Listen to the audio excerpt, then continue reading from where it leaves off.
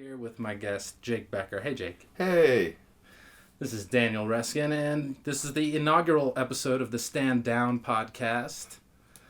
An exploration of the love-hate relationship that comedy, stand-up comedy mainly, but all comedy, can have on us. The ups and downs, why people step away, why people pause.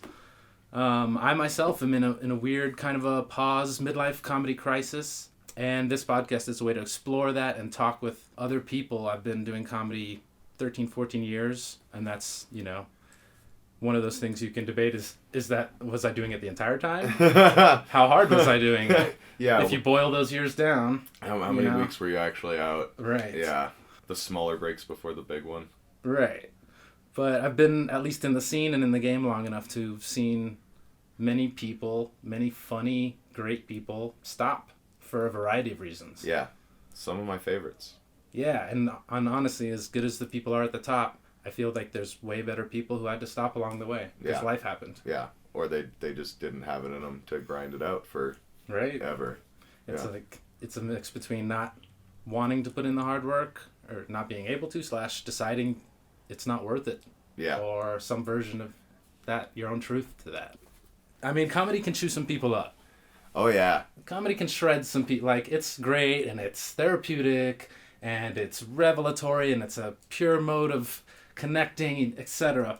But some people, they should not be out all night. They should not be in bars every day. They should not be hanging with certain types of crowds of, carefree folks. Yeah, 100%. And, it can be life-breaking if not done the right way. Yeah. Or yeah. You can definitely attack it with all the best intentions and fuck yourself over. Right. Yeah, many ways to fuck yourself over. So you were one of the first people I met when I moved to Denver. I moved to Denver about 5 years ago from Miami after doing comedy for like 6-7 years there. It's 5 years? Yeah. That's wild. It's been a little chunk now. Hell yeah, we're getting old. We're the lucky ones.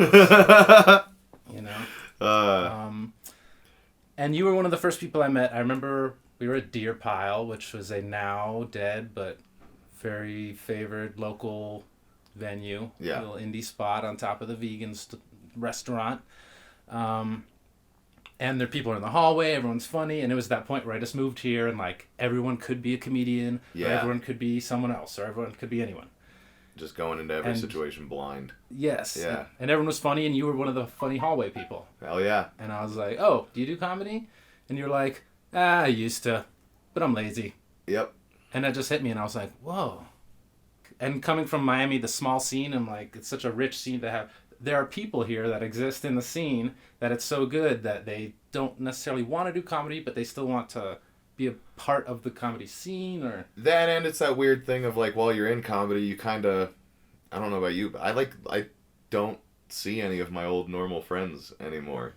You're before comedy. Yeah, friends. I lost all my non-comedy friends when I was really humping comedy, when I was driving up to Denver every night and staying out till the middle of the night and then going back and going to work and turning around and coming back to do a podcast. And from Colorado Springs? Because I did the first couple of years I was doing comedy, I was living in Colorado Springs, and I was a machinist. I was a prototype machinist. And, so like, I alienated almost everybody I grew up with. It's a cult. And then that other factor of, like, then in your 20s, all my civilian friends built weird, like, serious lives.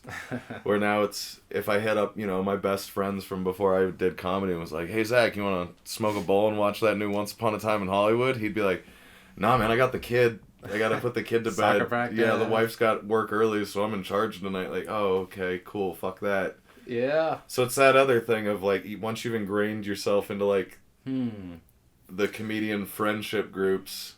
That lifestyle. There's a certain pause aspect to the comedian lifestyle. Yeah, we're out all night. Resets you to like a teenage, early 20s kind of a It's very mentality. Much like late junior high, early high school, where like we all have to be at a place just to hit that, 5 to 7 minutes we're going to get at the mic. Yeah. But everyone has to kill, unless you're leaving early, which I feel like was less of a thing back in the day. But right. We're all there killing 2 or 3 hours. Everybody's just standing outside talking, shooting shit, trying to get each other to laugh when we should have been watching each other. But, yeah.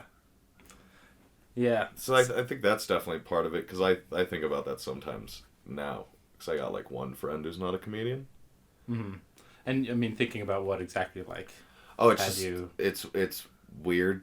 Just how the paths diverge. Or even now when I don't have the drive to like go to a mic to tell jokes, that if I'm like bored on a Thursday night, I'll go to a mic to see all my friends. Yeah. Right. Like and yeah, I mean, from you zoom out from an alien perspective, you've expended nearly identical amounts of energy. The exact amount. I Probably even more energy because you're having charismatic conversations with your friends. Yep. For a lot of the night, rather than just being quiet and waiting for that one pop. Yep. Which is a wonderful pop. And don't get me wrong, I'm coming from this, post perspective, but I love and have, Oh yeah, getting laughs. I don't want to be one of those people who's like, oh, I was a real comedian. Oh yeah. It's like I'm barely removed from it. I still have a gig. Yeah, I mean, I'm starting my podcast back up. You've had a podcast. Yeah. So, well, let's talk about why you stopped in the first place. Honestly. What year was it? How long before I got there? It was when I got there, say 2015. I puttered out. Well, I was still doing the random show here or there in 2015, but I wasn't going to mics anymore. Really, what killed it for me, man, is I made a big decision about comedy that I thought was a good move for me, and it was stupid, and I just didn't know that, and I wasn't smart enough to ask all the people for advice and shit. But I don't know that I would have taken it anyway. But when I was a machinist, I was making great money.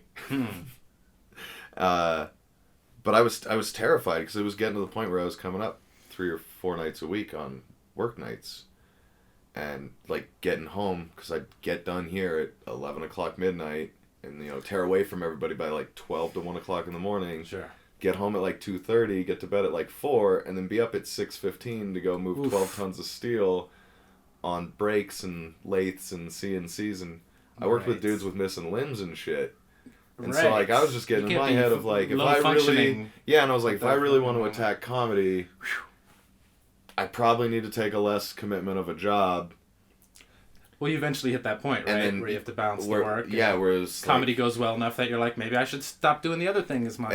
And like try to concentrate on comedy. But so did you try and half it, or? Because I couldn't really go like part time at the machine shop, and I was good friends with Kayvon Kalabari, who runs Sexpot and used to operate Sexpot. Which you'll probably hear about throughout this podcast. I was buying weed off a Kayvon store since like almost when it opened, and we were just buddies. The weed scene was much smaller back in the day, and the comedy scene for sure. And we'd hang out because I'd drive up from the Springs, go to the pot store, grab a bunch of fucking weed, because that's back when they closed at 7 p.m. And then he and I'd usually kill an hour, unless it was Friday when I was going to Three Kings for the early mic. We'd kill an hour or two and get high at his house, or go to like see a movie or something, because I lived in the Springs. I didn't have shit to do. And then one day we were just shooting the shit, and I was telling him, like, I think I gotta like take less of a commitment on work if I want to like tackle comedy as hard as I really want to. And he was like, quit your job, I'll give you a job at the dispensary. Bam. Move up, live in my house. So I was like, sweet. Whoa. That's fucking... That sounds like a gig. But I mean, right. It sounds good in the moment, That's a nice fast pass. All of it sounded smart to me. Like, work less, I'll have more energy to do comedy. Sure. I'll have more time to do comedy. I'll be closer to comedy living in Denver. But I was wrong. I don't do well as a person when I'm not, like, comfortable with money. I don't sit around and write jokes when I'm worried about bills. Yeah. And, like, but that was... I didn't realize that until I'd already, like, stopped doing comedy. Sure, that's not a thing you realize. You have the crowd of people who like to scrape and struggle, and they live from gig to gig, and they live at 7 to a house, which is cool if you want to do that for whatever, but other people, they gotta work. No, I don't function like that. I've always been a waiter, I've always been in food, doing something. Yep. Yes, I agree, so... And I wish I would have talked to people But the dispensary didn't provide that for you? No. I mean, I made okay money, but I wasn't... Oh, I mean, you were making very specialized... I was making money like, I'm gonna go buy a $200 pair of shoes because it's Tuesday and I got out of work early. Oh, well, come on. Yeah. You got champagne bubble baths. I mean, you can't expect that. No, but I definitely went to living like this. Like, we're in my room right now, but I went to living very much with, like, roommates again. And just like, you know, eating once a day a lot of the time to make money stretch and okay, shit like that. And it wasn't enough to where like I was miserable or poor to the point where like I was that's why I didn't realize that was like the thing. But like, yeah, that's part of the hustle, part of the allure, and customer service. Starve. I lost when I started having to like smile at people and talk to people all day. I kind of lost. Did it drain you in a different way? It in a way where it like didn't drain me, but I kind of definitely lost the part of me that wanted to like desperately wanted to go be on stage.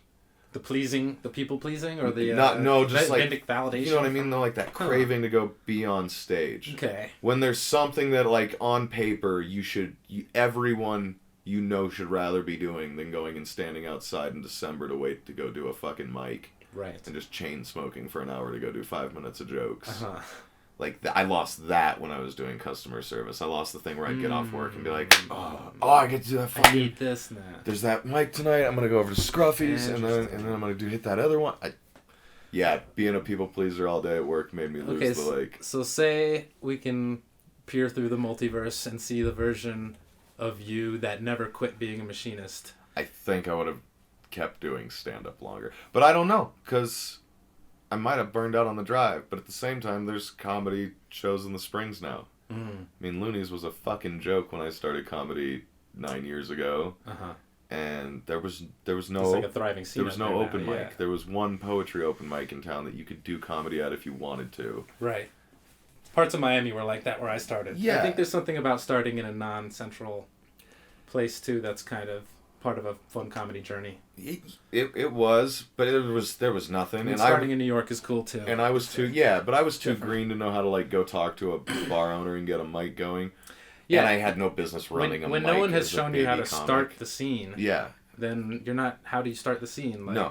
And that's a big problem with Miami is as soon as everyone gets good, they leave. So there's no one around to be good examples of what to do for the youngers. Well, and that's like the third thing in me really like slamming on the brakes in Denver is that it really went from like a centralized scene that wasn't cliquey and very much run by like the upperclassmen in the scene, and it's not a bad thing, but the dynamic changed to where like I think numbers it has to happen. The numbers groups had fracture to happen, and styles emerge and schools. Well, and Denver popped. Denver itself popped. So now there were more bars willing to give out open mics, and they were going to first and second year comics, and it got the whole thing got watered down for me on top of kind of losing my drive. Sure, there was like less value. We lost Growlix. We lost.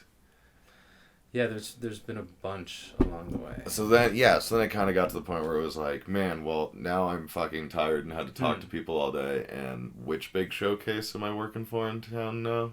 Right. Like, I don't want to go to this damn mic tonight. I'm gonna have a hamburger and take my shoes off and go to bed like a normal person after the Tonight Show's over. Yeah. Yeah. So was it like a deliberate decision, or did you just start? You just made your body decided. I just started skipping tonight. I just started skipping mics, and it. I think that was similar to me too. It was a slow build up on like just stopping mics. And when I was spoiled at the beginning of comedy, when I started comedy, me, Jake Brown, and Zach Moss all started comedy together on the same night for Sex Pot. And it was just like, we did the Sex Pot. It was the first Sex Pot show, but we did all the Sex Pot shows until we moved them to the Oriental. You were on all of them? Every single one. As beginners? Me, Matt, me. Yeah, we'd open everyone. Brown mostly just figuring shit out. MC'd did like a couple minutes here and there. Sure. I'm sure there's locals listening to this. Moss was the worst fucking comedian I've ever seen the first night we did it, man. That's funny because he's one of the three who's still doing comedy right now. And he's so amazing. Like, he's truly very, like, one of my funniest friends. And he was one of my funniest friends then. But there's a couple of sets he did that, like, just didn't even make sense, that are precious in my memory. Yeah. Like, Moss going up to a microphone and be like, pickles. Right? And then going into the next joke. Right. Yeah, it was amazing. And he was There's a new so much friend. you don't know at that point. It's true. And that can be fun. But we were like, second month in, opening for like Nick Thune and TJ and Yeah, that's crazy. TJ wasn't canceled yet at that point, ladies and gentlemen. Asterix. Way to get me canceled before the show. Yeah, a bunch of people, and we were doing this monthly showcase that we had on the schedule once a month. Mm-hmm. We didn't have to mic to get it. So you were definitely spoiled as far as a newbie comedian. You had like these, spoiled. Not just plentiful gigs, but high quality caliber gigs. Yeah, they were fun. You were getting paid? No. Okay. I mean, in weed though? I was gonna say I think we were getting weed, but yeah, that was back then when we often saw people get paid in weed, especially from shows that owned weed places that ran shows. Oh yeah, these used to be in a pizza shop with a giant curtain pulled over all the windows where everybody was smoking pot inside. That was the smokies, the original sex pot shows. Yeah, the whole crowd would be high off their ass. That was definitely a golden age, it seems, of Denver comedy. Was the sex pot comedy era? The beginning. The of modern. The of modern Denver comedy. Yeah, the beginning of it was great, but also, I mean, like the Growlix guys were bringing dudes to town. Yeah, that was another era. To do midweek shows and stuff. Guys that weren't being just flown in and bankrolled by the clubs in town. So they'd be around and have time to kill and be more willing to do things with everybody in the scene. Right. Willing to do cheap shows because they're already getting paid to be there. Well, and they wouldn't be rubbing a boss the wrong way. Not to say that any of the club owners necessarily strong-arm somebody, but that puts you in a weirder position, and especially if you're already an anxious person who's prone to doing comedy. Right. Being like, well, I don't know if I should do free shows because this one person paid me a lot to be here and also my hotel room and my plane. Yeah. Yeah. Exactly. Yeah, that's one of the decisions we have to make for ourselves because you have to be kind of already famous to have a manager in a way. Yep. A certain level of accomplish, which is not a word, but it might be. and then recently there was just a lot of fighting in the scene, like, 2 years ago? There has been kind of, I mean, there was the big, male-female... And I think that's when I started, like, out loud acknowledging to myself and my friends. Because, I mean, when you started slowing down, you run into somebody and then just have friends be like, where the fuck have you been? Like, go get on right now. Sign up. You're here now. Sign up. Yeah. Do it. You're like, yeah, I'm good. Like, no, do it. And then that was finally around when I hit, like, no, I'm fucking good. I think I quit. Like, I think I'm done. Like, I don't know. Right. It feels done. Yeah. I mean, you have to say that, but that's the thing. Like, you still go out. I am the kind of person that I'm like, if I'm not doing comedy, I can't go out and it'll be weird and I'm not really a part of the scene anymore and I've been so quiet and so I just stay away. Yeah.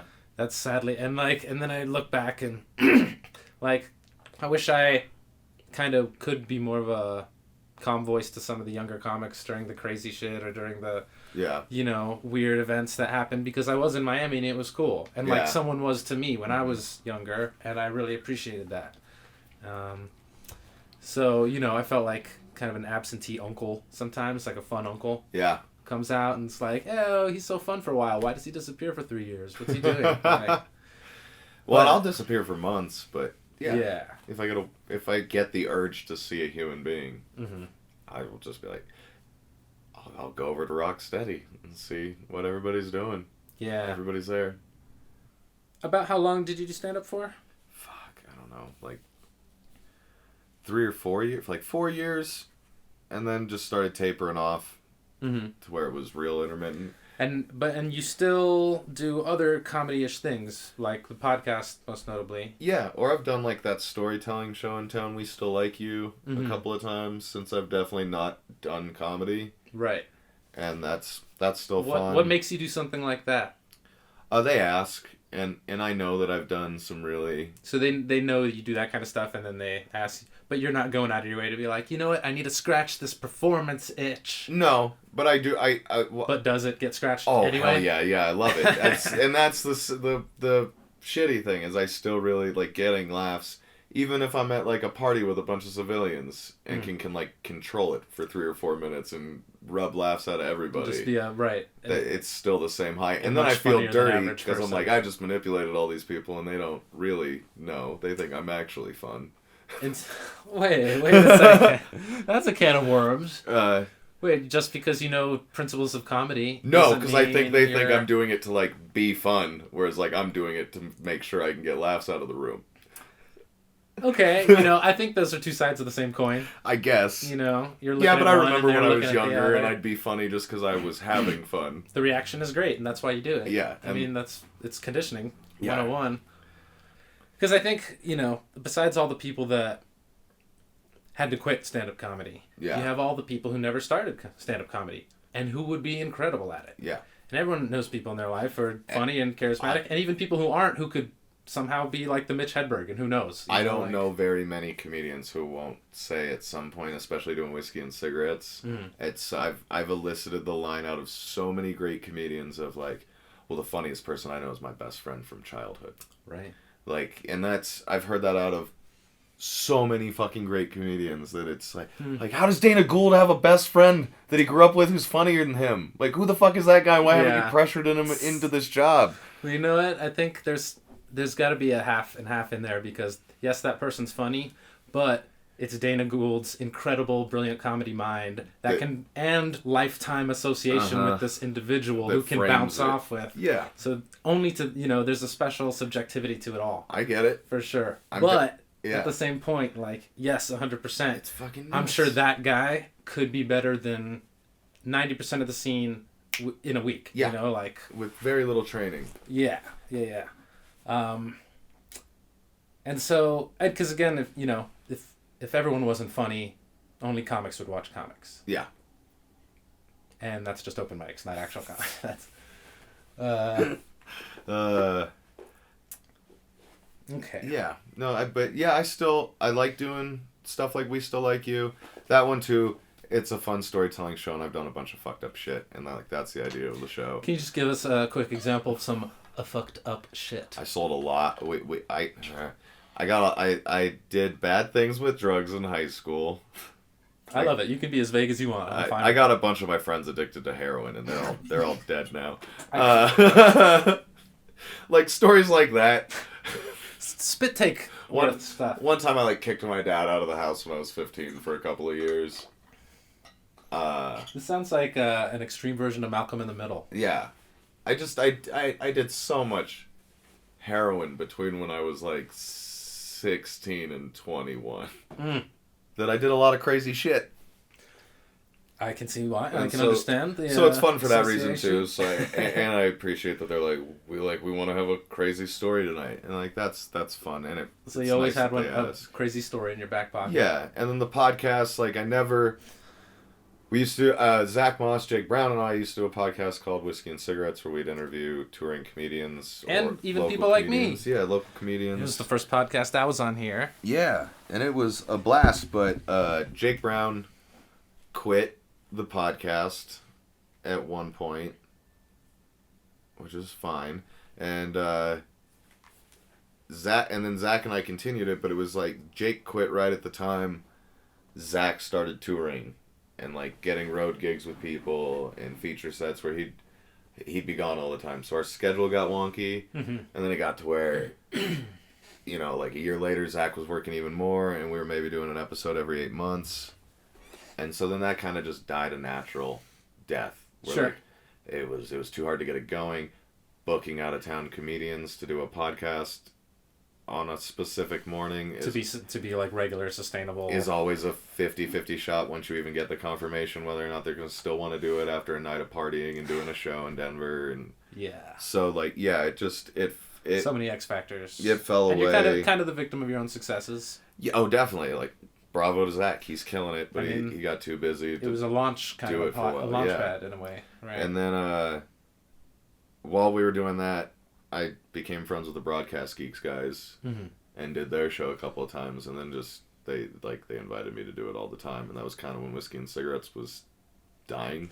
So I was like, yeah, I need something to do on Sundays. This is perfect. Can I still talk into a microphone and be opinionated? That sounds amazing. And so I've been doing that with those guys.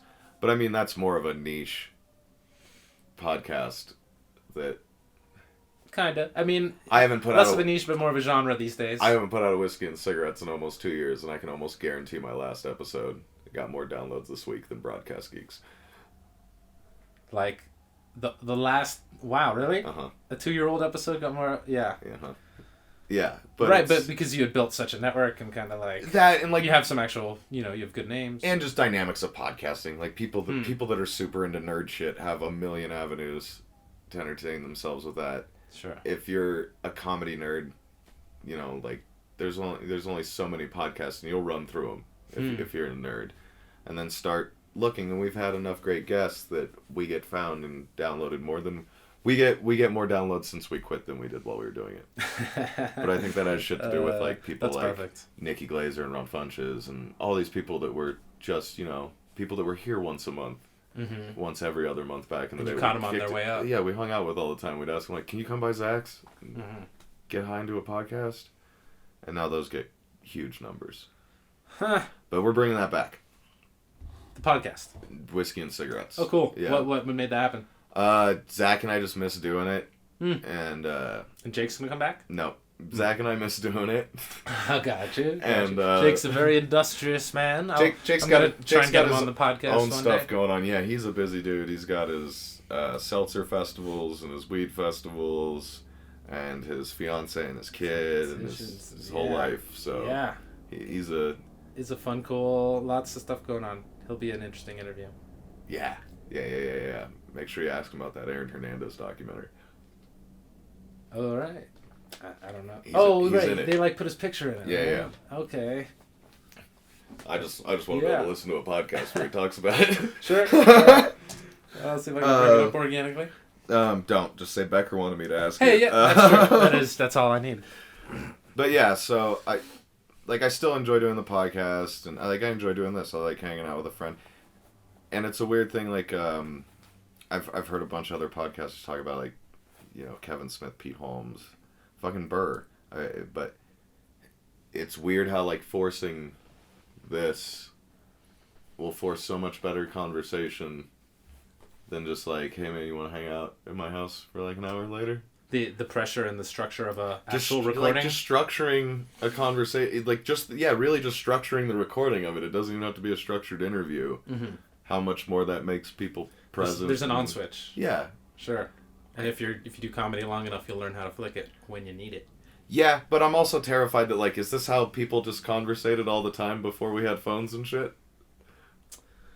Did people pay more attention? Interviews, I think in interviews there's a certain just timeless quality to... Because I am interviewing you now. Yeah, but I mean, like, when you had to kill time before a haircut in a place and didn't have anything to, like, just pull out of your lap and be the most entertained you wanted to be.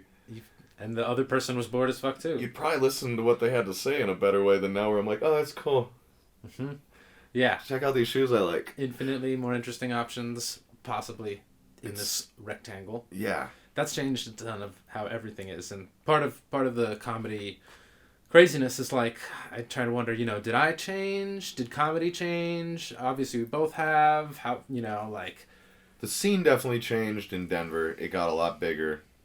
Sure. And it got victim of its own success, like the city. Yep. There's still great things, but, you know, the numbers are higher, so there's more trash. There's more treasure. Yeah, and I think there's a lot more treasure now. I mean, there's some fucking amazing comedians in town. Noah Reynolds is, like, one of the funniest people I've ever seen in my fucking life. Mm-hmm. That kid. I agree. I like... Well, I don't know about my life, but I'm a big Noah Reynolds fan. I'll say that. Noah Reynolds is one of the... I know. fell over sweating at a fucking comedy show watching him yell at an audience last summer, and it's one of my favorite things I've ever seen. Were you there? Were you in Trinidad? Yeah. Were you there when Noah yelled at the audience at the open mic? I don't think I was at that. Noah yelling at all those yokels. They came around when he started yelling. They were laughing at him yelling at them.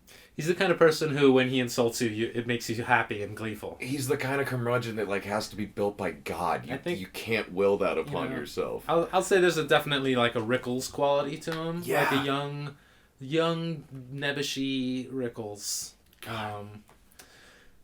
But yeah, you know, that's good that you still appreciate comedy, because for a minute I couldn't. Yeah. For a minute I was so mad at myself for quitting that even just watching comedy would remind me of my own failures, and I couldn't separate it. I can barely watch specials. Yeah. Yeah, it bums me out deeply. And is it, like, is it a mix of that, or is it like in the back of the head you see yourself on that stage and you're like, I could totally be doing that? No, it's not. It's not like that. It's it... just like, man, I should fucking go back. Uh-huh. I do have that conversation with myself very often, and then get home from work and remember exactly why I don't. Why you stopped in the first place? Oh yeah, I got this hash ray again. A TV, so I'm gonna do that. It's the same thing. It's like, man, I should rob that bank. Oh, wait a second. There's like policemen and guns and cameras and stuff. No, you know what? I'm not gonna rob that bank. Yeah, it's not as easy. The money would be really nice. Yeah. All the adoration from the criminal scene. But the effort sounds like a bitch. I mean, but then there's all these like thief promoters and bookers, and I have to market my, there's a lot of things that come with it, but I can always hear that counter voice saying, well, that's fucking comedy, and if you don't like it, you get out. Yep. Get the fuck out. New York, move it through Boston. You're weak. Yeah. And I get that, but then that's the same argument that you can make to like a low income family who's struggling. I mean, I still leave my problems. joke notebook on my desk. It's covered in like a thick layer of dust that I just fingered up grabbing it. I was gonna get a picture of the dusty note. Oh, my bad. That's fine. But that's a perfect analogy. That's a good kind of a sub picture, like a dusty notebook. Yeah. As I figure out the logos and stuff for this. I had the realization like doing laundry a couple of weeks like after we talked about doing this podcast. Just like a week ago. I was doing laundry and realized that like the jeans I've bought in the last 2 years don't. My left pocket doesn't have a worn-in spot for my joke notebook because I don't carry it anymore. I don't take it anywhere. Those are the little things. Yeah, that bummed me out too. Those are the beautiful little. Man, I haven't written down an idea. All those, right? I remember my corduroy pants with a big old weird worn square and the other one. Like that's funny. Yes, those are the exact bittersweets. I love those little moments. I mean, that's why you become a comedian. And then once you kind of stop doing that, your brain is still a comedian in many ways. Like once you've kind of walked down those hallways, like the rooms are all there, whether you open them or not, a lot of times. Like, and so now you're using this comedy brain go, you kind of have to downshift in ways, or there are a lot of people who go and be funny in their office or their workspace, and that's cool too, unless you're like really but if you're on dominating all the time, it. And exactly. Yeah. Like, then it's like, come on, let other people get the final laugh sometimes. And be a person. But I do have to remind myself, like I'm in the kitchen, kitchen people are great. They're witty and they're dirty. Oh yeah, kitchens are fucking fun. But sometimes I have to remind myself, like, you know what? I won't retort to this last part. We've been going back and forth. I'll let them get the last laugh on this one. Like, I don't always have to be that guy or whatever, Yep. I mostly, because I still hang out with comics. That's the other thing about it is probably the biggest reason I wanted to be a comedian since I was a kid. I'm a huge comedy nerd. Mm-hmm. I fucking love comedy. Like, all old comedy, all of it. Yeah. When I was selling all those drugs in high school. When you say old comedy. I mean, like, I love Shelley Berman and... Okay. Yeah. So glad that we're talking Borscht Belt, we're talking Milton Berle, Shecky and all Green, that. all of it, man. I love it.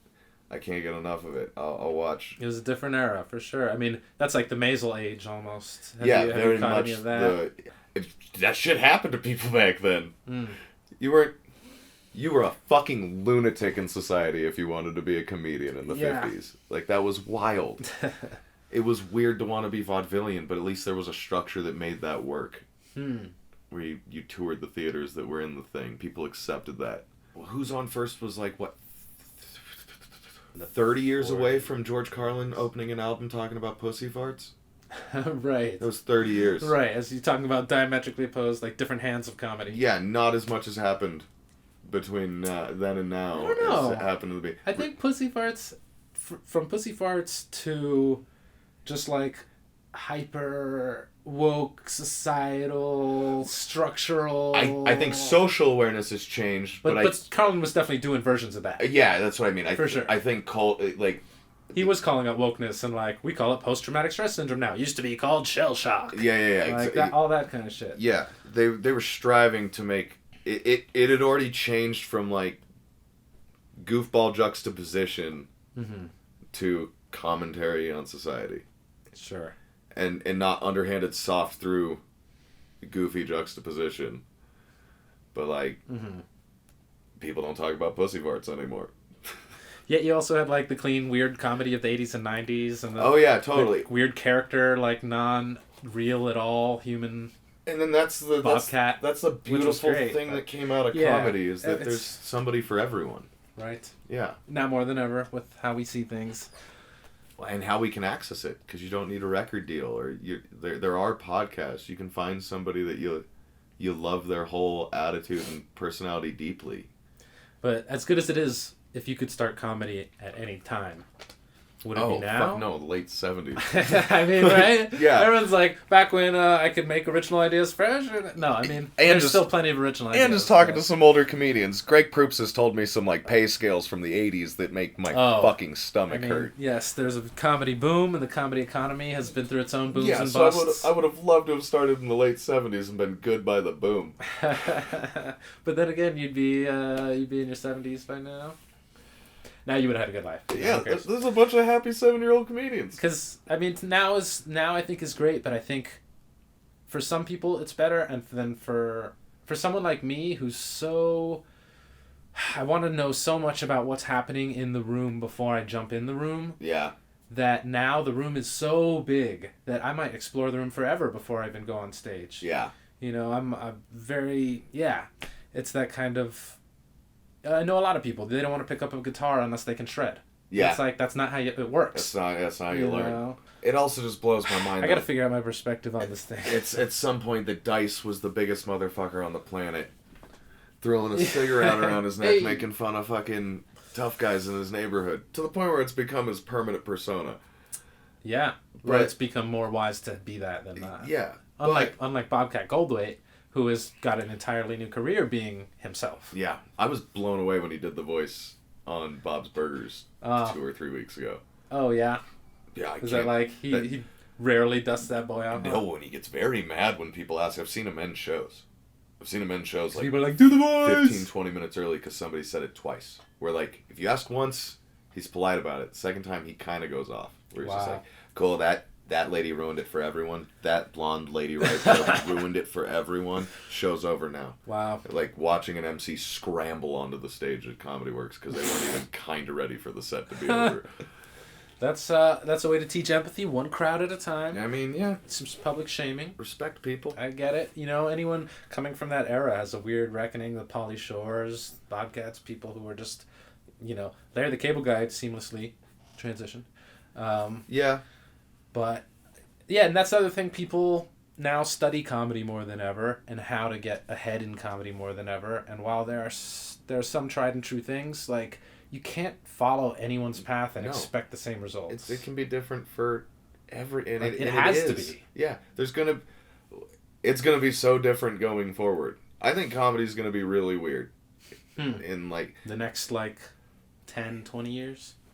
Yeah, man. There's not a unified language around American humor. Family Guy, am I right? Not Family Guy as much, but like, our parents and our grandparents all grew up on Merry Melodies and fucking Silly Symphony. Johnny Carson. And so did we, because cable and entertainment hadn't grown and been niche enough yet that they were making and there was a shit for library. us. Right. We were getting Saturday morning cartoons funneled down. And old film short cartoons funneled down to a cable stations when we were kids. Right. And we experienced all the silent comedy and all the classics through Looney Tunes. But we have right, even if we didn't know it. Even if we didn't know it, we all absorbed and had a language of comedy that existed. And now everything's so personalized and easy to search out, like just what you want. There's gonna be a lot of Tim and Eric shit. Like a lot. And I don't think that's a bad thing. I think it's going to be cool. When you say Tim and Eric shit, do you mean just like weird and unique or just like independent? Like wildly different. And they're wildly different because of like trust funds and security and whatnot. But I think there's going to be people where that's like, that's the only way they'd be able to think. They won't be doing it for the sake of being weird. They'll be doing it because that's what's funny to them. Sure. What was counterculture last generation is normal this generation. I truly believe Tim and Eric are reaching as far as they can because they think it's funny to do that. Like, that's what's funny to them. It's funny for them to implement their humor on us. That is... It's more important to be them than it is to be funny. Right. Even though they really try to be funny. They're definitely trying to be funny, and I think Sure. they're funny, but I think their goals... And they went on, they stopped making their show like, what, 8 years? Yeah. But still one of those huge influences in the Adult Swim generation, and like Eric Andre, that kind of stuff. Yeah, that kind of... I really think there's going to be... But now, there's a like legion of kids people that are like 13 doing now, crazy shit like that. that are growing up on watching YouTube and for sure. What is the other one with the there's a ton of comedians on YouTube though that have found that reckoning when they go in front of a real crowd instead of their highly edited videos with their niche audience. Yeah. But a lot of them also can get their niche audience to come out, and they never have to leave their niche audience, so they actually kind of they get better, but in a weird, personalized way. And like, do they want a live audience because they're holding themselves against like what comedy is now? Because if they're making all that money on YouTube, they don't really the incentive to do that is very small. Yeah. Right. It's... back to Maisel, the lead said that they asked her to try comedy, and she was like, no, I don't want to do that. I'm terrified. Yeah. And like, while I can respect that, because she was like, because it's so good, and da-da-da, I'm like, you kind of should have tried it. Yeah, just do it once. Try it. They should have Rachel Feinstein. No. She was great. She's great. I'm such a critic. I can't allow myself to be a critic, though. But I'm the biggest critic of myself, as many comedians can be. Do you do that to yourself? Like, the comedy brain can be abrasive. It can be erosive, kind of. Rubbing away at certain spots of the mind over and over again. And like, do you find there are kind of like vestigial comedic organs that are still pumping in your brain you need to deal with? Dude, there's like 2 or 3 jokes I'll still try to work on when I'm trying to go to bed that like it'll piss me off because it's not even a conscious decision to try to fix my fucking Cheez-It joke. You're working out material. I'll just lay down and it could be funny if I like... For when and why? Why the fuck just go to sleep? Like, what are you thinking about? Yeah. You could have said smarter shit to fucking girls when you were in high school too. Why aren't you dwelling? Like, it's just weird that I think about... and it's specific jokes. It's not like I'm writing new shit. It's that weird math you do on, like, tags and stuff. Coming back to certain things and hammering away at them. Do you think... do you have...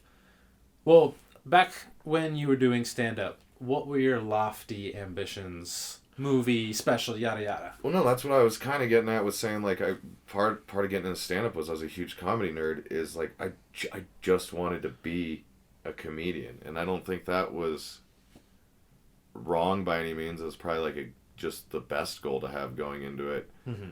But I think that's also what kind of made it easy to fade away from doing it, as I've made all these friends... and I've ingrained myself in, like, communities. Mm-hmm. It doesn't matter if I do it or not anymore. I go kick it with Proops when he's in town. And, like, that's what I want. I wanted to be good enough at comedy that I could that, like, these heroes of mine could be my peers. Right. And a handful of them are. As much as I can handle. I mean, peers? Not peers. Like, yeah, dude, I go out and have fucking drinks and dinner. Proops was here for my birthday. Mm-hmm. Me and my girlfriend went out with him. My ex went out with him. And yeah. I was just thinking comedic. I'm like, Greg Proops is... No, or like... Obviously. Me and Dana Gould talk about cars. But that's crazy. See, and like, you don't... A lot. I would be like, I'm not a comedian. They don't ask like...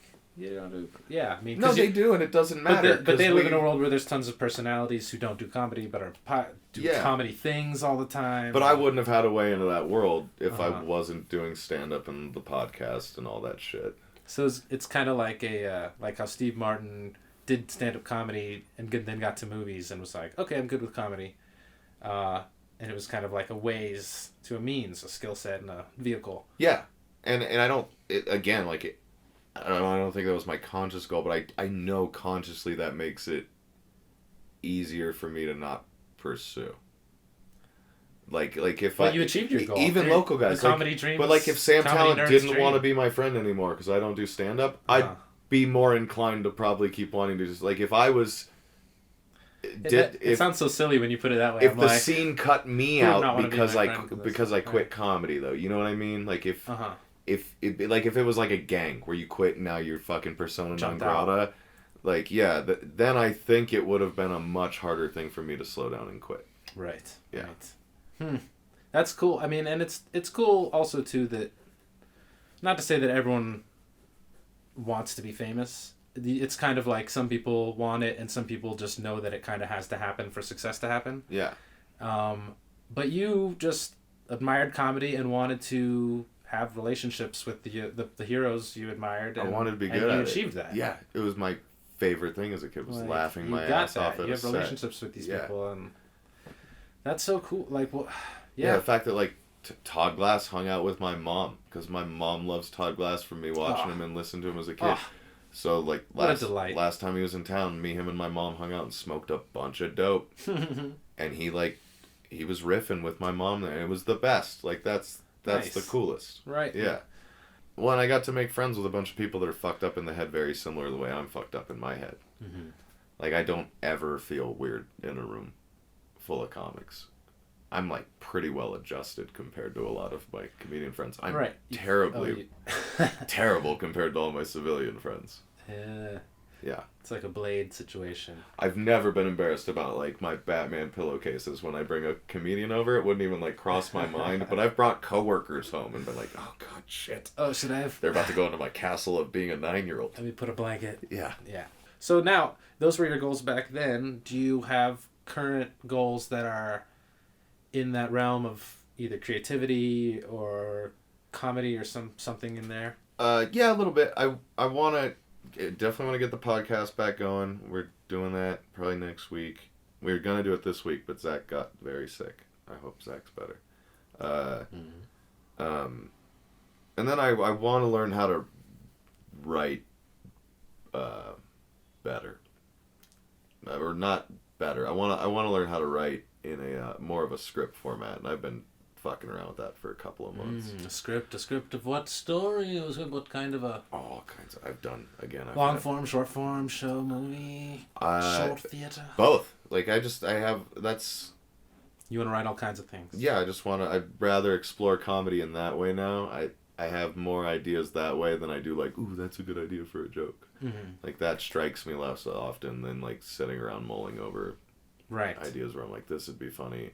I wish I knew how to write stage direction to where this wasn't just looks like it was written by a high schooler. It almost sounds like kind of a Larry David trajectory, where he didn't stand up. He got his credit among the comedians, but he just kind of didn't do that, and then he wrote the amazing shows or did whatever, you know. Yeah, and again, I don't even care if I saw him. I just want to learn how to do it, so that even if I like showed it to Zach, he'd understand what I wrote. You know, same way with comedy. I just wanted to get good enough at comedy.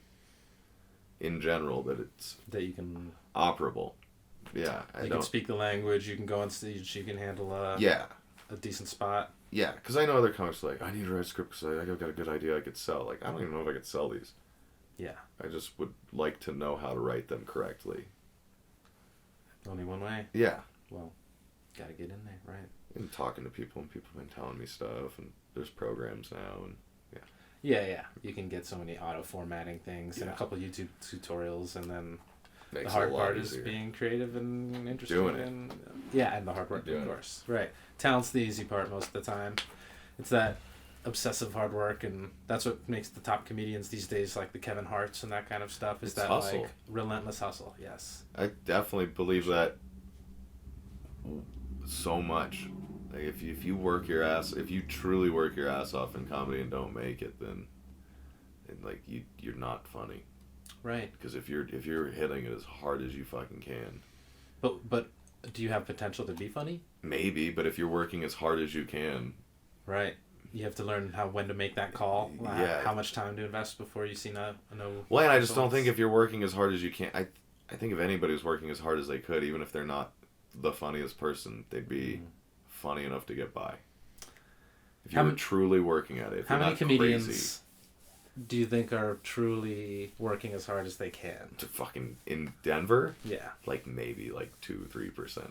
Right. Yeah. Is it like just kind of weirdly assumed that most comedians are like kind of treating this whole thing like homework? Yeah. And that like at the end of the day it's like, oh, I gotta write some shit together, I gotta get some stuff. I mean, it's not supposed to be easy and fun, but like the dedication.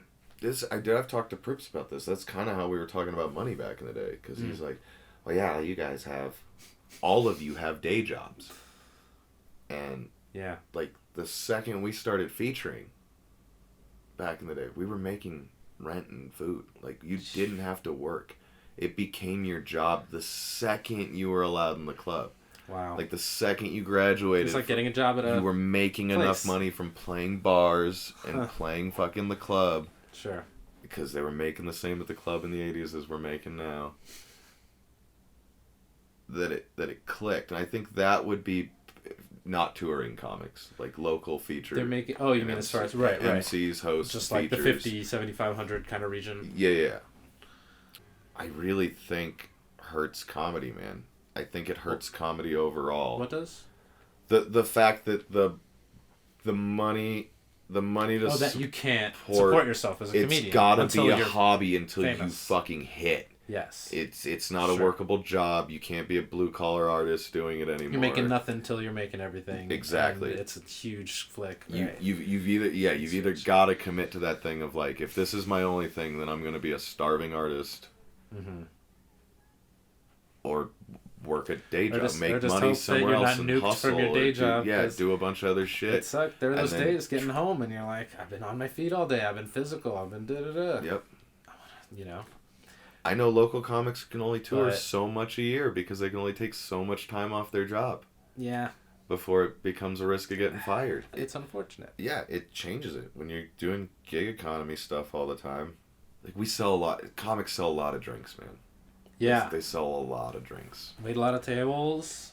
Yep. No, Deliver a lot of DoorDashes. I mean on stage. Oh, as far as getting our cut. Comics are responsible comics for are not more getting revenue enough money nationwide than what gets kicked back out. Yeah. Yeah. Yeah, I mean, there's famous, I guess, examples, especially like in the improv scene and of things like performers getting underpaid. And, which is a whole other issue entirely, and kind of an issue that you don't have to worry about until you're good enough. Right, but I do think that's one of the bigger problems. Not with Denver comedy, not with why I quit or anything. I didn't get to the point where the money would have been an issue for me yet anyway. Yeah. But I do think the fact that that's part of why I romanticize the 70s and the 80s in comedy. It's not even just that, like, there were less of them or the jokes were simpler and I could have broke because I would have been just as smart then as I... like. Mediocre white men were way more popular. Yeah, it's not even just that. It's like, you could have MC'd at Comedy Works and paid rent off of it. Yeah. You could, if you were B-list at fucking Comedy Works, and you were getting on, or if you passed at Comedy Works and you were getting on 2 or 3 touring acts fucking shows a month for one of the nights they were here for the weekend, you were gold. Right. Like, that's great for art. If you can commit to art to a certain point and then just make it where you can live as an artist, again, not like prosper and get rich. Sure. But if you can get by doing Keep your head above water and having that be your main focus, then you might turn it into the amazing craft that will propel you into being rich. Or change the world. Whereas I think it is treated much more like homework and as a hobby that is like homework for a lot of our friends. Right. Especially once they get 5 or 6 years in. And that it is just... You can lean on your old jokes. There's a lot of pitfalls. And life gets a little repetitive. Yeah, and you plateau, probably aren't finding your style. And part of me thinks maybe this is just part of my plateau. Because if I really didn't want to do any of this, I wouldn't be doing this podcast. I wouldn't still be creative and be acting and creating content and trying to do all kinds of other crap. I think maybe I just, sometimes you just get bored of stuff. You need to put down one video game and boot up fucking Bubble Bobble. Yep. Final Fantasy's great, but... Go back to it when we're 55 like Rodney. But again, there's always that voice in the back of my head that's just like, hey, you don't deserve it then. Yeah, that's... Oh, man.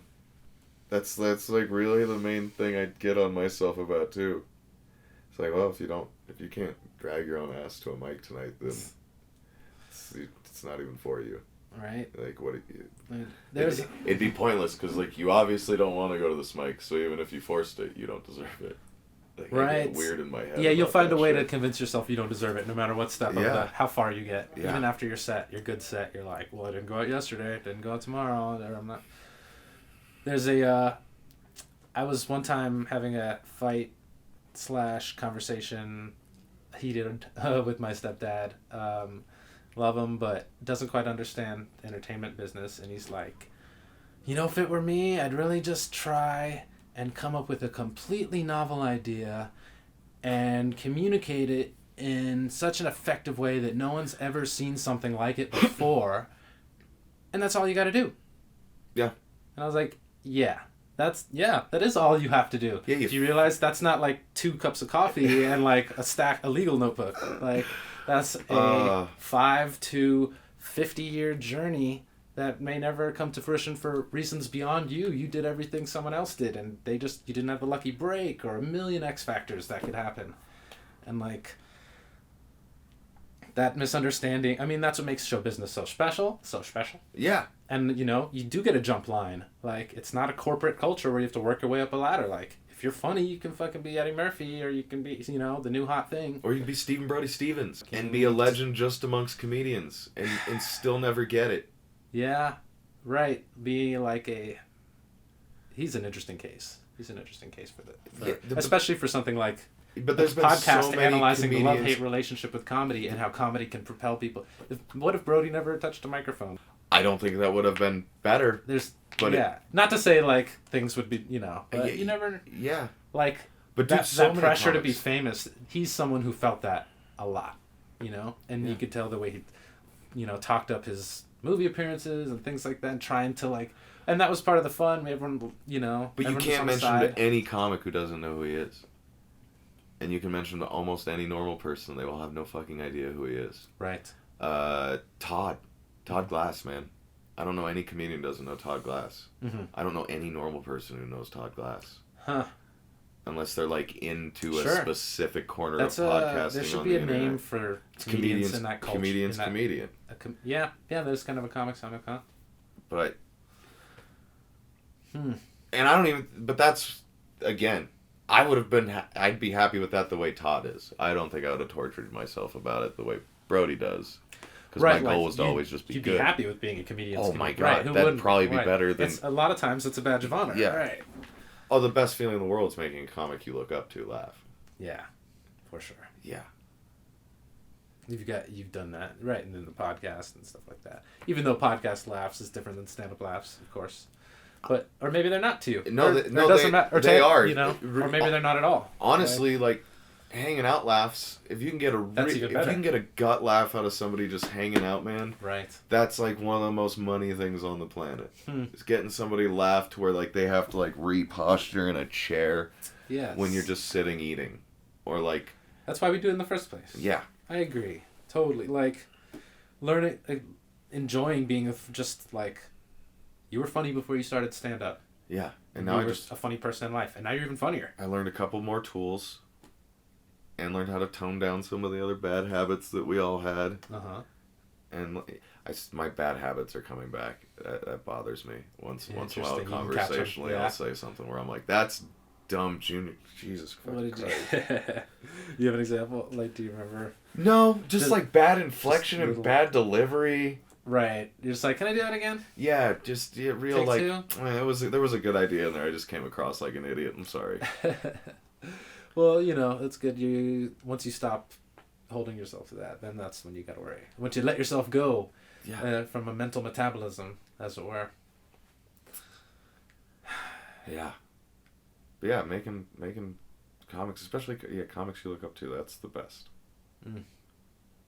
Right, it's like making your parents laugh, or making anyone when you're young, or like authority figures, or anyone who holds power over you. Yeah. Laugh. Except even better. It'd be like if I liked people who had authority over me when I was younger and then making them happy. Right. They have like entertainment authority. Like, yeah, it is a weird thing of like, aha, I fucking win. I fucking win. I get it. I just made Paul Tompkins spit water out. My fucking life is great. So great. Yeah. All your favorite comedians are such fun, kind of alternative, whimsical, verbose. All the people you've mentioned, Greg Proost, PFT, great dudes. Dana Gould. These are special, people on a Mount Rushmore thing. But again, they're all people that, if you look outside of comedy, they know Greg Proost from Whose Line. And that's about it. That's it. Which I think can also be cool. That might be the best way, because once you break through, you're noticed everywhere. Once you're, you get to Patton Oswalt or bigger... and you're on things all the time. Right. There's no peace. These people can be famous in these locations. We can go out in the street. Be normies in the other locations. The fuck they are. I bet there's a good sweet spot to that. But, I always keep in mind, everyone says they're unhappy. Like, everyone's always reaching. Even the stars, the people who you think are successful, they're reaching most often to, like, probably not the people you talk to. They sound like well-adjusted. Like, there's a lot of comedians who get it. But a bunch of them are, but still not. It's shredding even the people who don't quit. Yeah. It's like... They're still not super sure. Mm-hmm. The only comic, and I don't want to name drop on here, but Chappelle's the only... You don't want to name drop? I don't want to drop Chappelle, because I'm not Okay. friends with Chappelle. Right. I get to hang out with Chappelle when he's in town. Mm-hmm. We're friendly. He knows me. We have a lot of fun together. Mm-hmm. But he's... The way he carries himself, the way he views comedy. Yeah. But he'll start a story and tell you to pull out a notebook and write this shit down because it'll be worth money when I'm dead. And, like, he gets that he can be cool to everybody and show up at a new talent night at Comedy Works and make 40 comedians fucking year. Yeah. And, like, that's really neat. But he also just couldn't give a fuck less. What a fun... Proops and Dana still kind of hang on whether or not the night went well. Right. Yeah, I don't think Dave gives a fuck if he walks the audience. Mm-hmm. I can see definitely the personalities differing as far as, like, that self-critical... Yeah, versus, like... they're all still very much comedians in the sense that they care if I laugh in the room, too. Mm-hmm. I've never hung out with Dave and got the feeling that he gave a cares if anyone fuck laughs what my ever. response was to what he said. Sure. Yeah. Yeah, he's in that goat position right now. I mean, it's definitely... he's our Carlin, he's our Pryor for sure. Yeah, and if he wrote, too, he'd be our Mulaney. Mulaney is like a kid's special out now? It's wild. It was, why not? That's one of the only specials I've watched recently. That and Michelle Wolf's special blew my mind. That was really good. Yeah, did she, like, break some sort of convention, or is it just a good stand-up No, special? it's just a solid fucking hour. What made you watch that when you still, like, avoid other specials?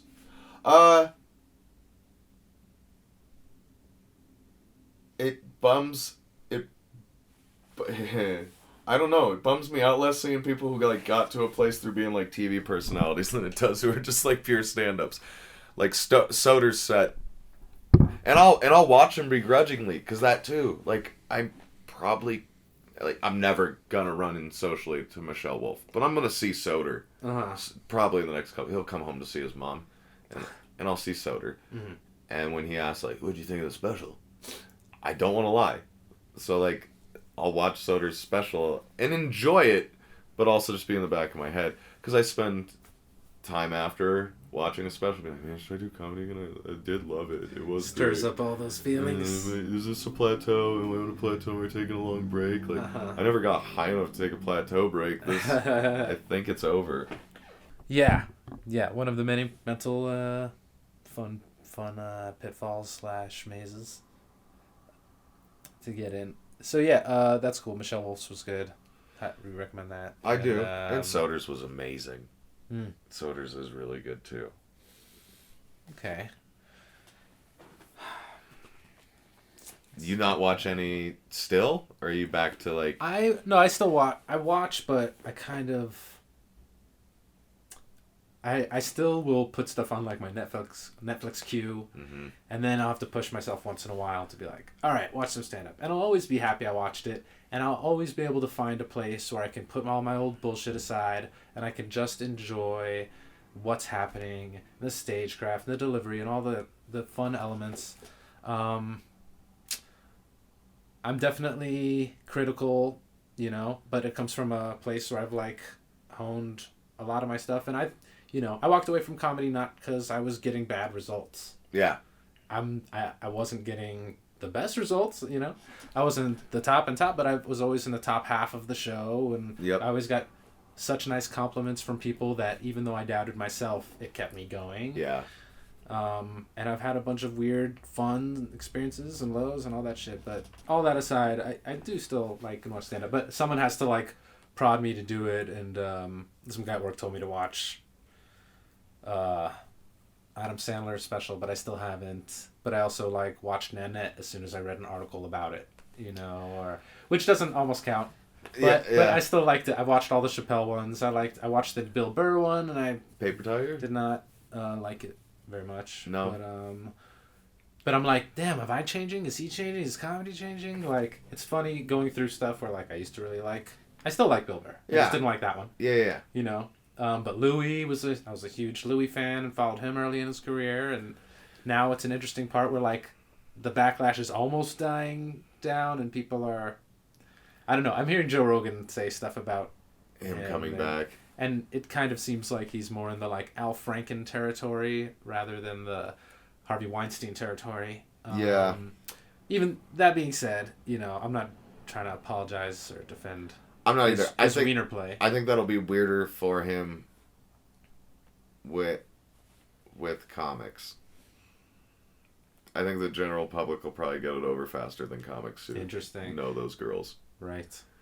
Yeah, that he called liars in public for 5 years before have to own up to it. Yeah, for sure. Those crimes are, unforgivable and unforgotten. I also think if the first time the rumor got brought up, if he would have apologized, things would have gone differently for him. Right, there is an aspect, like, you can achieve forgiveness. Even at this rate, if it's harder. He'd have to dig deeper. And well, it's harder to say, like, I'm sorry, I didn't know something's wrong with me, when you're like, but then why'd you lie and make people out to be liars for 5 years if you had something wrong with you felt bad you couldn't control?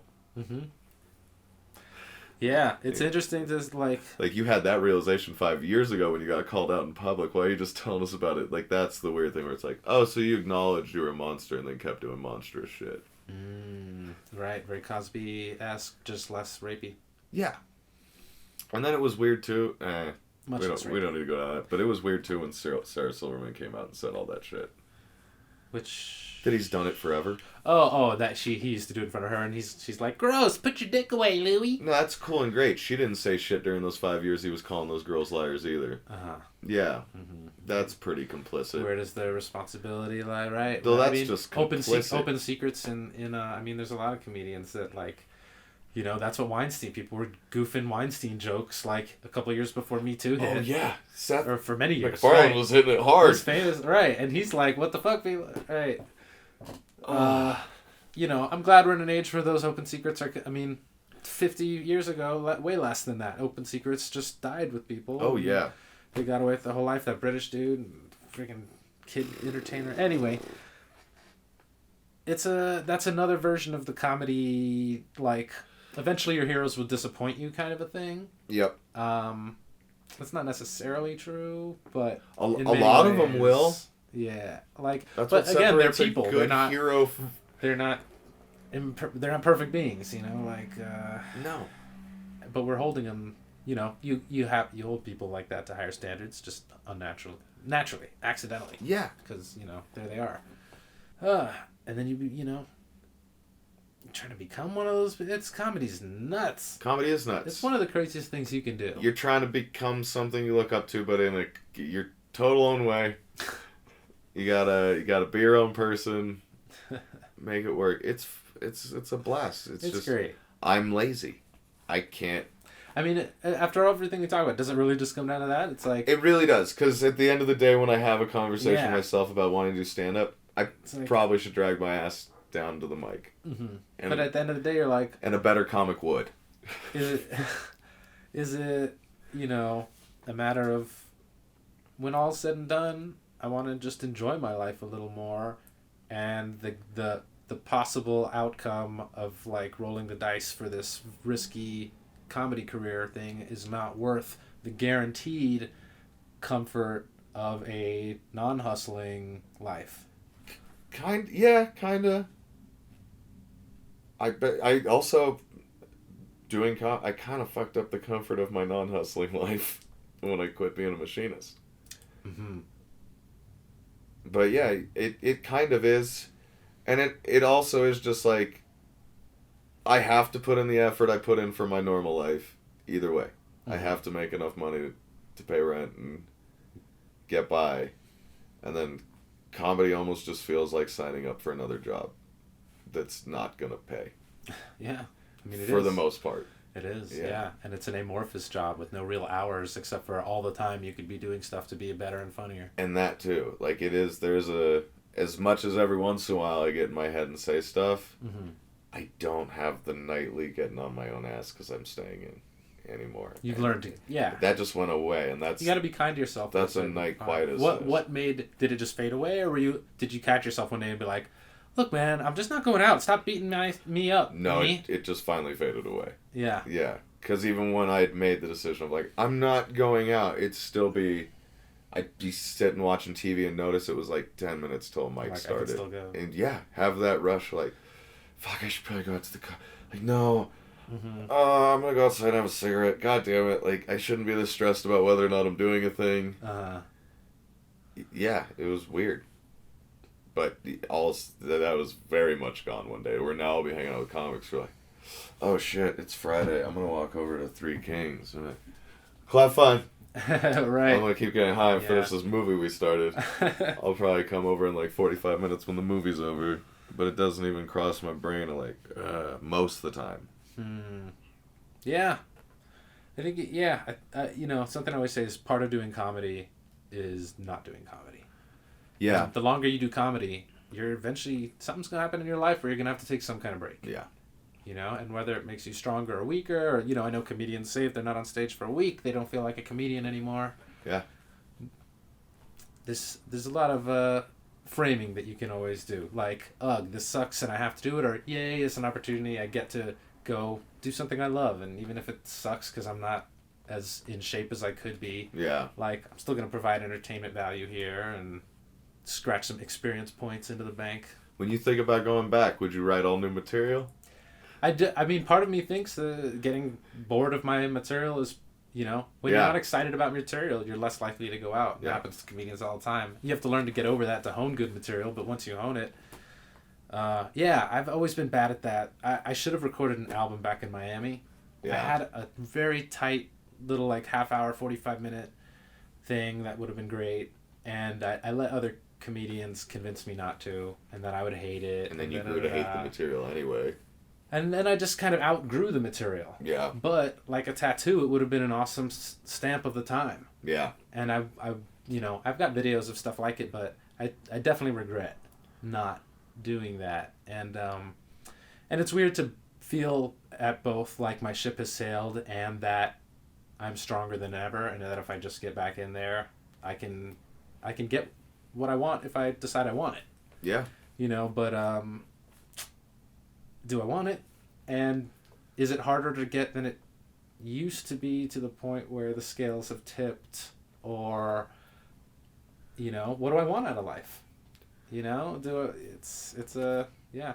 Dude, yeah, and then there's other examples of people who've pulled it off.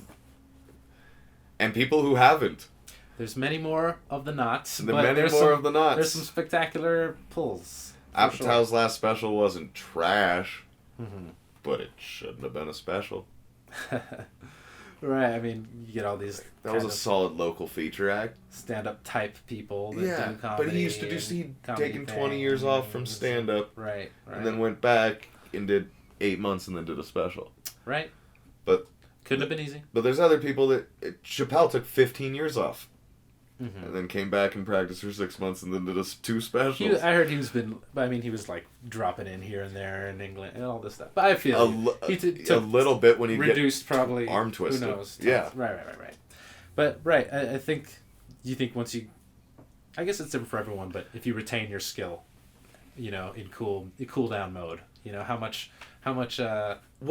rust accumulates, or how comfortable you are with like changing your skill. Because once you get to a certain level, I think you're just there. He told set up punchline jokes when we were kids, man. Yeah, Killing Him Softly is all pontification, observation nonsense now. I love it. Yeah. But it's not his format is gone. He's evolved. Yeah, 100%. Yeah, but I don't know if it was evolved or if he just did that style, took 15 years off, and now he's doing the same style, and just did a new style, in a new age, just did a different thing. It's been 15 years. Like, I can't remember how I thought 15 years ago. When I was 16 years old, I have no idea how I put together a plan. I was a lot better at it than I am now, but I don't know what my steps were. it's weird to think of the person you were when you started versus the person you become, and yeah, are they still there? Oh yeah, yeah. Or is it just a wiser, you grow up, you have a comedy age just like you have a real life age. Yeah. You meet 60-year-olds who are 2 years in and they have that naivety, and then you meet 20-year-olds who've been doing it for 5 years, and they're like these old, like, jaded Bo souls. Burnham husks Yes. or something. Bo Burnham husks. Little podlets. It's strange. And then that life, like, you need to live some life to be a great comedian. There's a reason that not like all our favorite comedians are in their 30s or over, pretty much. There's some young ones out there, but by no means the majority. No. You need cracks and mistakes and life growth and enough of that life that once you hit to maybe hit again. So I think that's happened to a lot of young comedians that have been allowed to break in the past, as they one hit wonder kind of a thing, or not just even one hit wonder. They just run out of steam. They don't have. If you're 30 and you hit, you've got all of your 20s to talk about.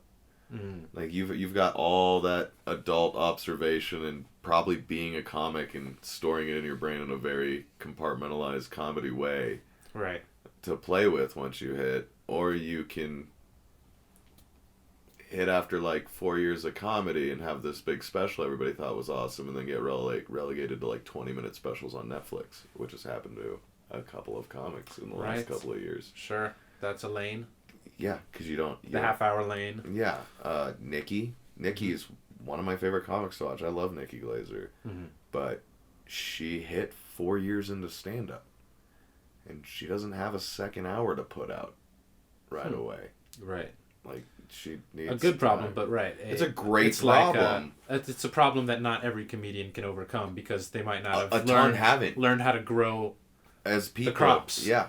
Right. And get past it. I'm just thinking of ones I can think of all the time. There's other comedians I'm sure it's destroyed. Sure. You're good at that. I definitely, like, when I got into comedy, I lost my comedy nerd aspect. Like, I used to collect and curate and all this stuff, and I still do in small ways, but, like, I don't know, I always have this distance. I never wanted to reach out on Twitter to these people. Like, I always keep my distance whenever I'm near them. I never try and strike up conversation.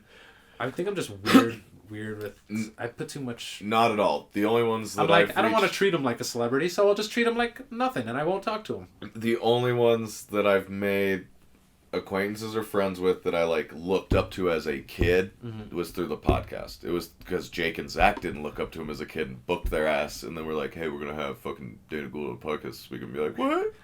Really? Yeah. And then just going in there like, you can't do one of those goddamn Chris Farley interviews. You gotta pull it out. Meaning? You can't go in there and just be like, hey, remember that time? Yeah. You were on Who's On Is Anyway? Hey, Dana, remember when you wrote The Simpsons? I did, like, some of the best episodes? That was cool. Yeah, that was really cool. What's Conan O'Brien like? Oh. It's true. Yes, It's like going in there with just the mindset of not doing that. But so many of the comedians that I'm cool with or made friends with weren't big because of being a comedy nerd. I'm into a lot of C-list comedians. Underdogs are kind of the most fun part of that. Yeah. I know a lot of people don't like him, but like when I first made friendly with Pete Holmes, he was playing college campuses.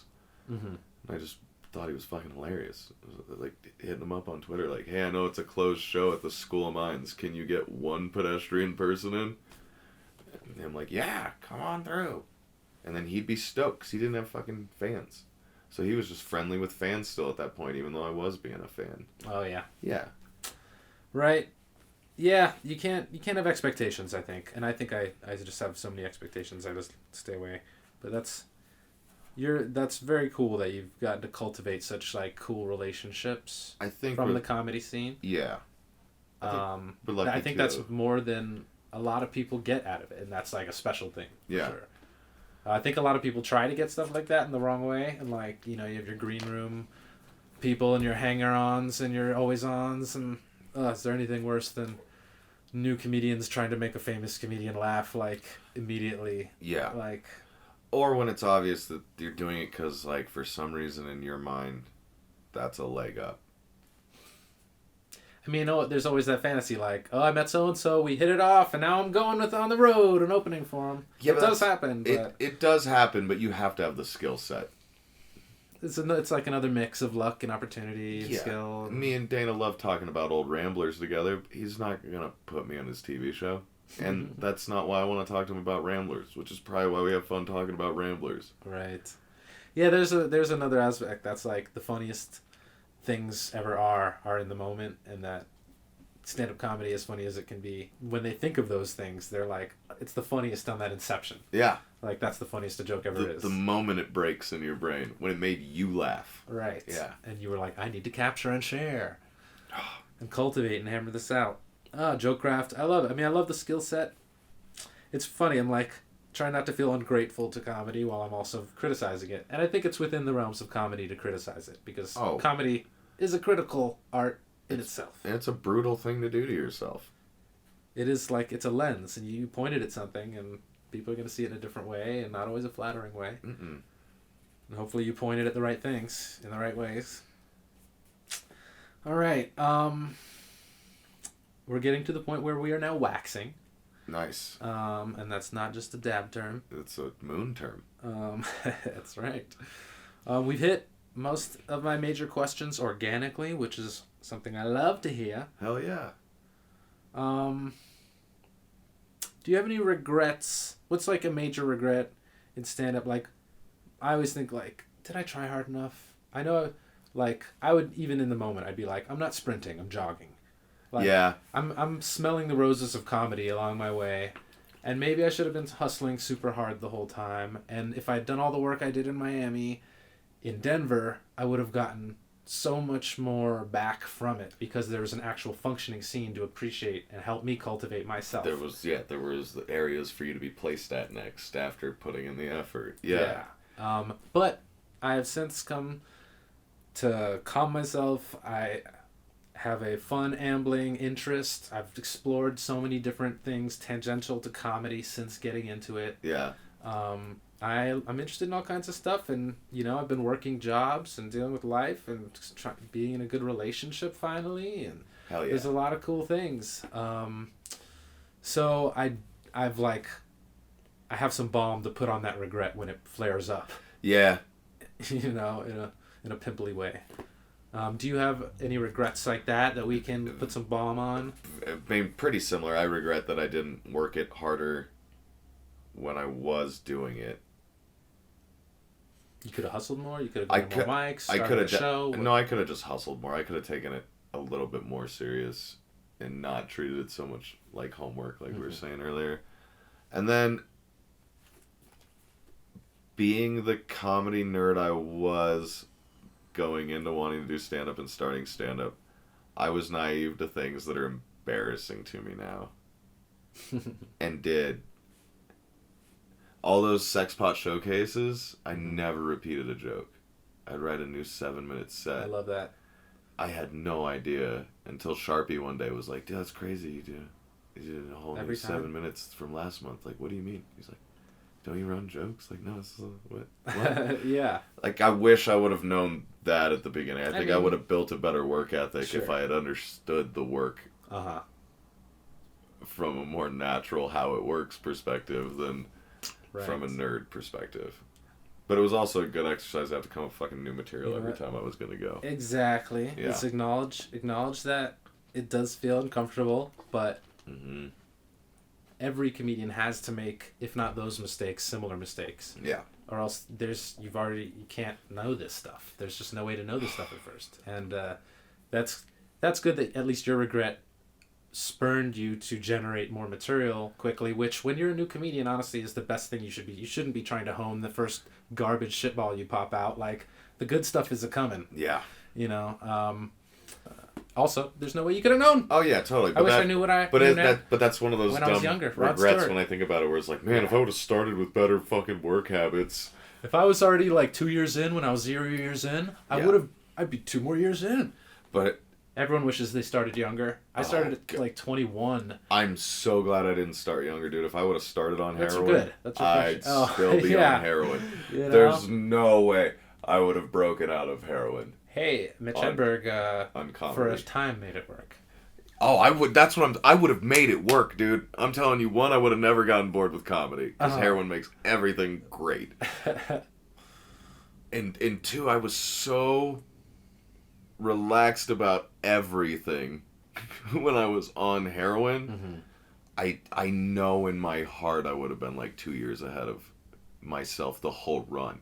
I would have been 2 years more comfortable on stage the first time. Because of the heroin nullifying stage stuff and you like could give life a stuff. Fuck what's going on. But you'd still care to be funny and like... Oh yeah, because I still had that... Right. How interesting. I still had the drive to do it then.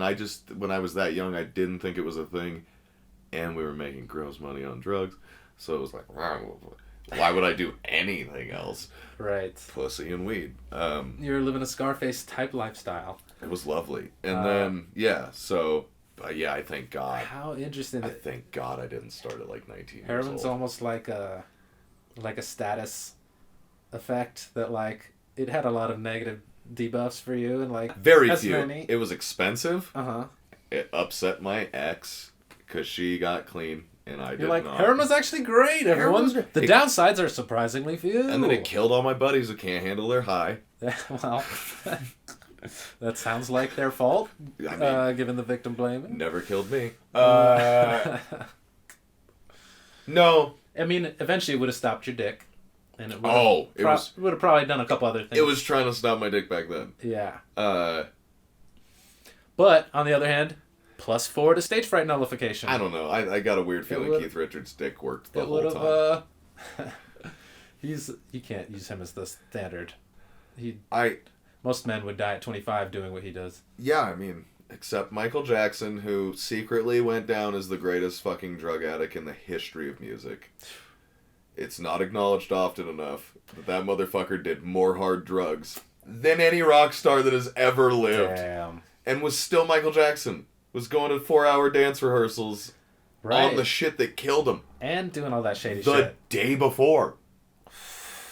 He could dance like Michael Jackson. Good Lord. On that much heroin. What? How am I supposed to get the hustle? How are we supposed to hustle if we... Man, that's like unfathomable. It blows my mind. But Richards. yes, as an interesting example of... He never got those accolades. Not recommending... Well, I don't know. Would you two, the viewers, if like there's any young comics out there who are thinking about heroin as a way to kind of leg up in the comedy scene? Don't do heroin until it's legal, and then just do opium. But don't do it at all. Have you tried kratom? Yeah. Is that... Has someone who's done heroin, and it's often compared to... It's like having chamomile tea to replace weed. It's so far off. That's hilarious. My dad loves it. He's an old hippie who loved all sorts of things like that. Kratom's great. Yeah. But yeah, when it's a people good are like, non-crazy alternative. Doesn't it work? Like, no, weed works. Anything works just as good. You can eat fried foods if you enjoy them enough, and it'll replace heroin for you if you're just trying to find... Everyone's got an addiction. Another little thing to focus on. Everyone's got a neural pathway that's a little worn from pleasure. Yeah. I just like being fucked up on downers where I'm like in control, and the two that are available are like weed and heroin. Everything else is like, well, you'll fall asleep. Yeah. Damn. Even if I don't put it in my vein? Even if you don't put it in your vein, you're gonna fall asleep. Damn it. Where's a speedball when you need it? Oh, fuck. It's been 12 years since I've had a speedball. Bless me, Father, for I've speedballed. It's been 12 since my last... that's a different era, you know? Think about the comedy, the Chris Farley eras, and the 60s, 70s, cocaine days, the 80s, all that kind of stuff. Kind of the same, kind of not. I mean, we obviously don't have the same, like, rampant drug use, but we do also have, like, constant weed. Every comedian, at least in Denver, constant weed. Almost every comedian's high all the time. There's an amount of cocaine still in comedy. There's a good amount of coke. Blows my mind. Pun intended. No, not me. I can't do coke. I get a sinus infection and people get weird if I want to smoke it. But it does kind of blow my mind. But it's not done. It's not even done in the way I was doing coke. Like nobody's. And now fentanyl could be slipped into anything, and totally. But I'd say most of my comedy friends who do coke on a regular basis, do it more as a way to maintain the fact that they just worked all day and probably drank too much during the show. I think you got to get to a certain proficiency in comedy to start like doing coke for like benefits. Yeah. That's kind of a fucked up bar. I think there was more of a mindset in the 70s and 80s of like, I like who I am when I'm on coke. Whereas I think more of our friends are like, I'll do a little coke because I'd like to stay. I worked a double 2. all day. Yeah. I'm gonna fucking pump out a set. What's her name's giving me eyes? I gotta stay awake. Yeah. But I think overall, I think drug culture for the younger crowd is a lot better.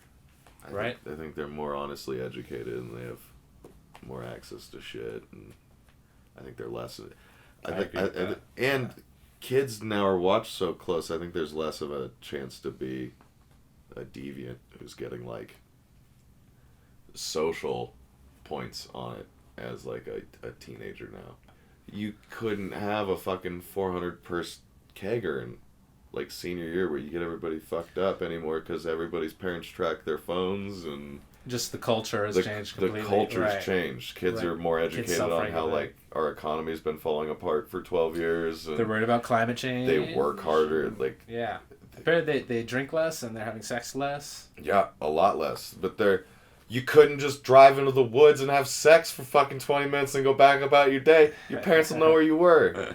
You got GPS tracker, you got cameras. Yeah. Social media where people are posting whereabouts, tagging people, like you just can't. The sex driving scene is completely decimated these days. No, people still find a way to fucking cars. Oh yeah, I'm sure, but I wonder how many of them are our age. Right, yeah, it's like, come on, for old time's sake. Our back hurts. Yeah, that's fun. That'll always be something to navigate. Comedy's not going anywhere anytime soon. I'm happy about it. That's always another thing. Comedy will be there. That's another thing that brings me kind of assurance. I'm like, I gotta rush back. Comedy's gonna be there. Yeah. There's always funniness is going to be appreciated. Yeah. Especially in apocalypse, stand-up comedians provide a pretty awesome skill to a survival camp. Hey, yeah, or maybe once you got the farming and the water, everything. If the earthquake hits the fucking West Coast hard enough, they're gonna need all of us. Just sink all of LA. Knock them all out. All of LA sinks into the ocean, dude. I mean, think LA and New York are the two most important American cities, are like popular, and if we were to get attacked, simultaneously, and all those cities were nuked, God forbid. Dude, Adam Caton Hall to be the biggest act in the country. Yeah, there's a lot of Netflix specials there. There's not that many guys hiding in the middle of the country. The Grawlix boys have their own network now. That's true. It's like that presidential thing where all the people die. Yeah, the succession goes to like the janitor of the White House. Yeah, be like the postman, but with comedy. People say that's how Netflix is now. It's like the way they gave him out. One thing interesting I heard, you used to open with your second best joke, close with your best joke. Yeah. I've heard comedians now, because the Netflix audience trails off before they can reach the closer, they open with it now. No way. Because of the fucking play next shit? No, just because people peter out and fall asleep before they can. No one can finish a whole hour-long special anymore.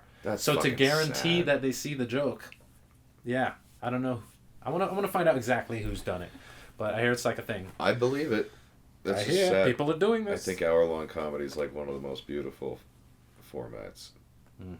All right, Jake, we've covered so much. I think it's a great introduction to what we've come. Is there anything else about generally the experience of comedy, not necessarily having stopped or started it in any way, or just, I guess, what you appreciate the most about it existing, or any final comments? I don't know. Very open-ended. I appreciate the shit out of comedy. I think the most I appreciate about comedy existing is that it's the easiest, and it's got to be like the healthiest way to like reframe how you're thinking and like how you approach ideas and stuff. If you get tricked into laughing at an idea, it becomes so much more approachable, like forever. And that's like alchemy, man. Yeah, it's awesome how people are like. There's terrible comics who'll say like the policing of like language and stuff stops them from doing that, and then there's amazing comics who can like work within the confines and still just make like huge lasting impacts on people. Because that's the difference between stand up and vaudeville.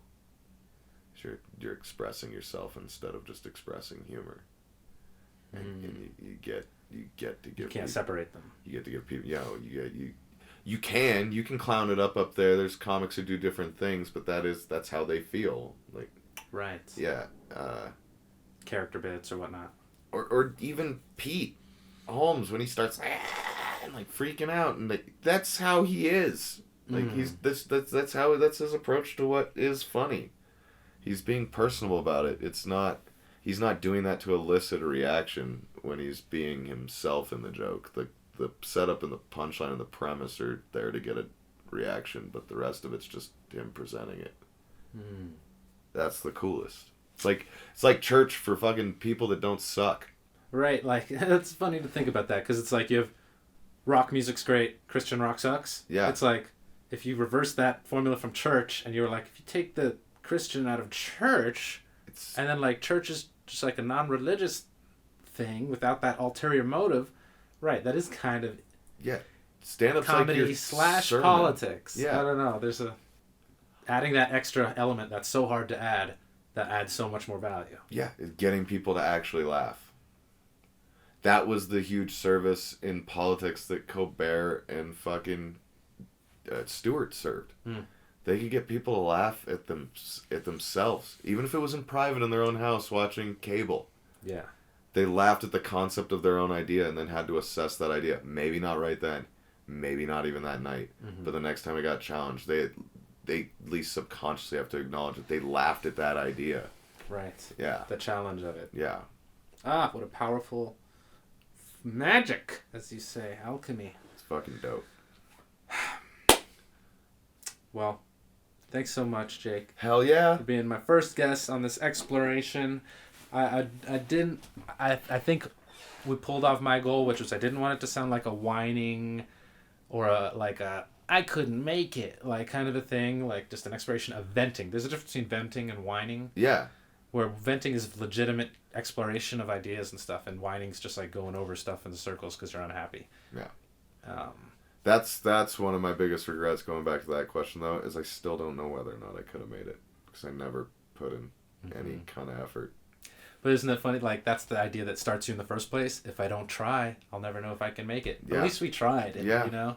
But just goes to show you that might not ever go away. Yeah, because now I still don't know. You could have a half-hour special and be like, yeah, but I should have tried to write that movie for Quentin Tarantino. I had this really cool idea, and I think he would have liked it, but whatever it is. Yeah. Yeah, that demon Never propels you to do things, but has sharp claws. Yeah. Thanks again, Jake. Hell yeah, thank you, Daniel. Yeah. I'll smoke a cigarette. Let's do it, Dad. Awesome.